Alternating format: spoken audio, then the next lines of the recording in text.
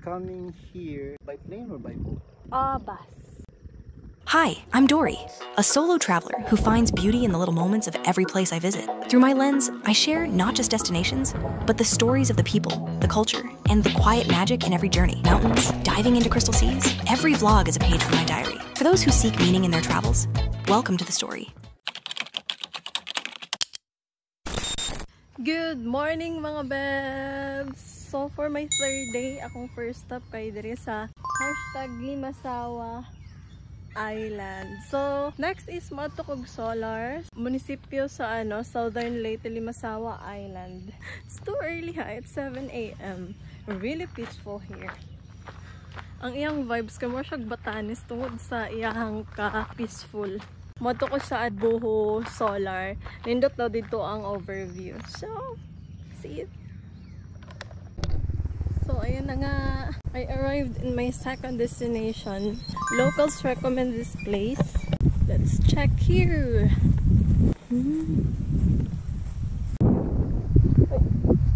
Ito, opay dalan dito. Mag-drive gahapon.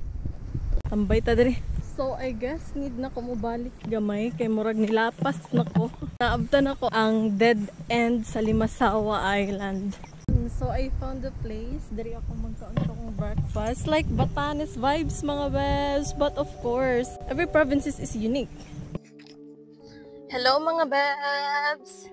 So, I found a place where I can spend my morning. Karon na ako diri sa Solar sa Limasawa Island. I'm having crackers for my breakfast. Mag-heavy lunch ko later.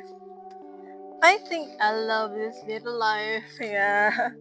Dari nga sa akong gikuanan, walay tao. Pero dito banda na ay mga tao sa ilahang farm. Shout out to Julian. Hello, Julian. If you are a solo traveler like me and you want to visit Limasawa Island, try to visit Lagoon Resort. And dito si Julian. Dito lifeguard si Julian dito naghatag ko sa iyo tip pero wala niya gidawat. Siya no need na daw. Sa ako. Pag naday mga solo traveler, gidong ginaubanan. Grabe ka soft-hearted kay ma-feel bad daw siya. Gusto niya ubanan ba? Kay labi mag-start na dayon og open up, broken-hearted. I told him, kung broken-hearted, dilipod ko sad. I'm okay. Good. Hilig lang yun ako mag-travel. So, ayun na nga, how I afford my travel. Pero akong ginabuhat, I travel every 2 months for 2 weeks or more than 2 weeks, but not less than 2 weeks. Yes, guys. I can do more. But, dili pwede nga mula siya og 2 weeks pag mag-travel ko. Ako, every 2 months na akong income, mo na akong ginaipon. And then, I travel after that. I have 2 passive income. Ang isa na is room for rent, and ang isa, ako to. So, people think manggod pag mag-travel ka, daghan na kay kag kwarta. Ako gani, I'm having my crackers here, tipid to afford my travel. What may yun sila, madok bang mag-solo travel? Trust your instinct. If you feel you can't do it, then wag. So tinuod lang. Okay man gyud mo gawas like comfort zone, but think twice gyud og mobuhat kag desisyon. Especially og mag-solo travel ka, i-consider gyud ang daghan na butang. Like what I did yesterday, so nakita ko og cheaper nga place. Mobalhin unta na ko pero wala na nako gidayon kay nakoy na feel nga something. Feel na ko og mobalhin ko dili ko safe. Ay siya akong view, guys. Gusto ko mo adto dito ang apart, pero naay baka basin sungagon ko arabay tao diri kinsay mo rescue sa ako. Char. Gahapon na ako'y na-meet sa akong tambayan nga sunset, tag-iya day sila ato nga farm, and then na-istorya na ko sila. Magtiayon sila. Kaingon gyud ko nga, ate, hayahay kaayo mo sa inyong mga farm. Na sila sa ako nga, dako gyud kaayo daw sila pasalamat sa ilang mayor diri sa Limasawa. Og naadoy mag-request ginabuhat gyud daw dayon. And look, naara diri ang kalsada. Tapos diri ilang bukid.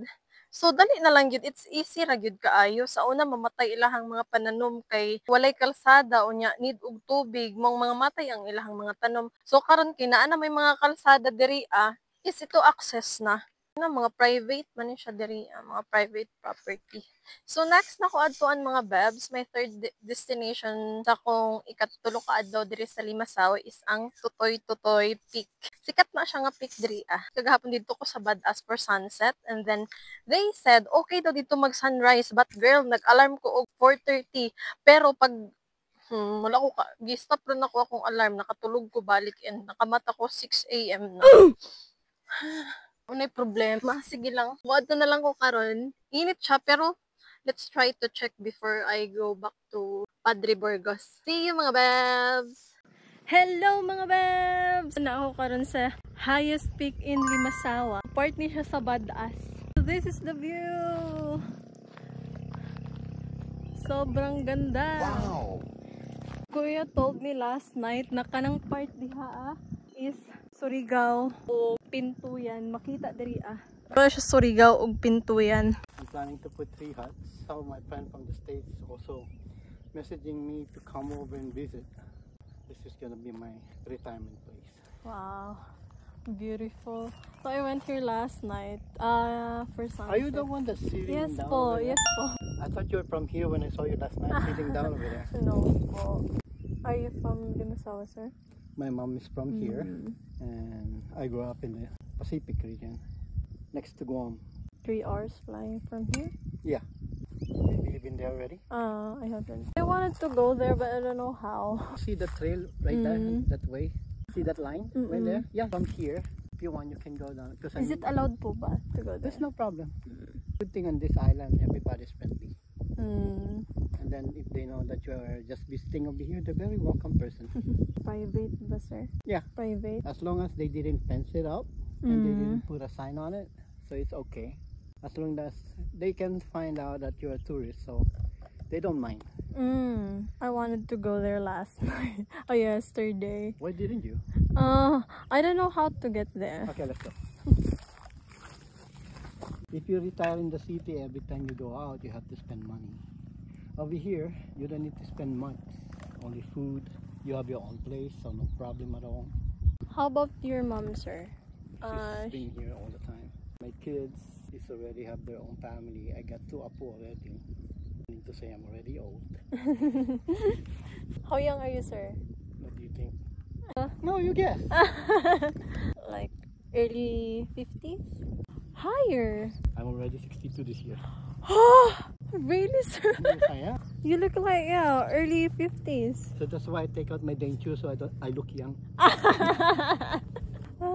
It's just that I'm very athletic. I used to compete in bike race, exercise, play basketball. Now, this is my hobby now, the farm. You live here for good, sir? I need to go back and finish 2 more years for my retirement, so I have money coming in every month. The very first mass in the whole Philippines for the Catholic mass happens here. So that's why they really celebrate it. Some locals also recommend me to visit here during March 31. I'm late for a few days. It's my 3rd day here in Limasawa. So coming here by plane or by boat? Bus. Yeah, it took me like 12 hours.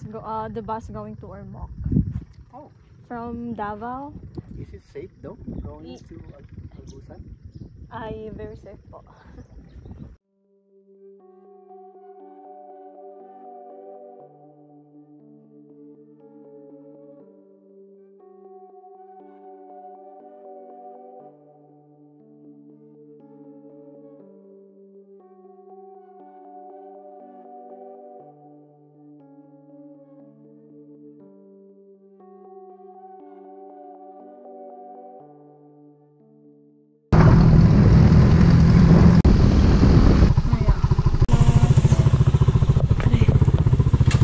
Duckback Beach Resort here in Limasawa.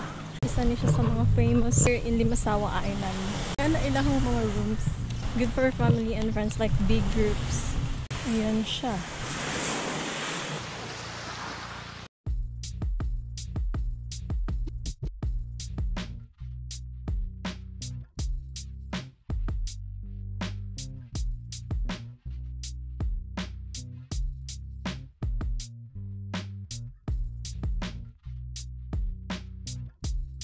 Hello mga babes! I only paid 50 pesos and nagpapay lang ko dito at the pit. This is the island looks like. Naigo lang ko naligo. For 50 pesos na nakayang aning place. For the rooms, I guess it's around 1,500 to 3,000 peso. And around 1 p.m. balik na ko Padre Burgos going to Tacloban. So I have to go back to Padre Burgos. Ferry is 1 p.m. and it's 11:37, so I still have enough time though. I stayed 3 days here in Limasawa Island. My first destination for this backpacking. Let's go! Pila pa masay de diri. Yes, salamat ma'am. Uy. Ayo. Salamat. Okay, to minimum is 85. From my homestay to diri only 10 peso. Kuya mo ni Padre Burgos?